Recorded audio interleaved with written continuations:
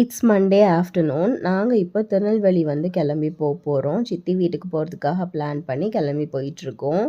நாங்கள் தூத்துக்குடி போனாலே இப்படி தான் அங்கேயும் இங்கேயும் ஒரே ரவுண்ட்ஸ்லேயே தான் இருப்போம். எங்கேயுமே ஒரு இடத்துல இருந்த மாதிரியே இருக்காது. ஸோ அப்படி தான் அன்றைக்கி வந்து திருநெல்வேலி வந்து ட்ராவல் பண்ண ஸ்டார்ட் பண்ணியாச்சு.